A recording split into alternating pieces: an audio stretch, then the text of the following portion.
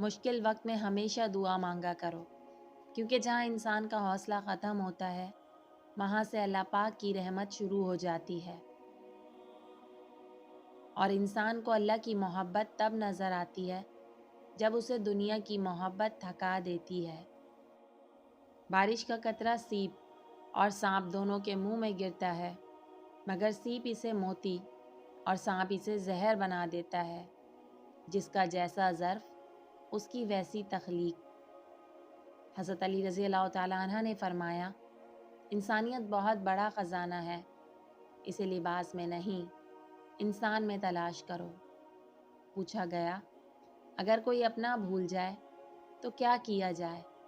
فرمایا، کوئی اپنا ہو وہ کبھی بھول نہیں سکتا، اور جو بھول جائے وہ اپنا نہیں ہوتا۔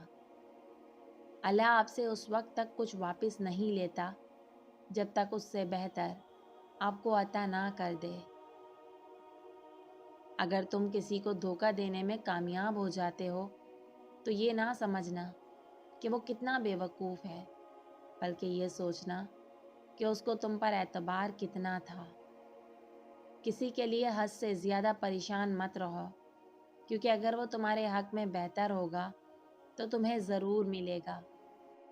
محتاجی اور غربت 7 چیزوں سے آتی ہے: جلدی جلدی نماز پڑھنے سے، کھڑے ہو کر پانی پینے سے، منہ سے چراغ بجھانے سے، آستین یا دامن سے منہ صاف کرنے سے، عصر کے بعد گھر میں جھاڑو دینے سے، دانتوں سے ناخن توڑنے سے، اور فجر کی نماز کے بعد فوراً سونے سے۔ جو تمہاری قدر نہیں کرتا تم اس کی اور بھی زیادہ قدر کرو، کیونکہ زندگی کی کسی بھی موڑ پر اسے تمہاری قدر کا احساس ضرور ہوگا۔ انجان بن کر بات کو ٹال دینے جیسی کوئی عقل مندی نہیں، اور چشم پوشی اختیار کرنے جیسی کوئی بردباری نہیں۔ کسی کے برا کہہ دینے سے نہ ہم برے ہو جاتے ہیں نہ اچھے۔ اپنی زبان سے ہر شخص اپنا ظرف دکھاتا ہے، دوسرے کا عکس نہیں۔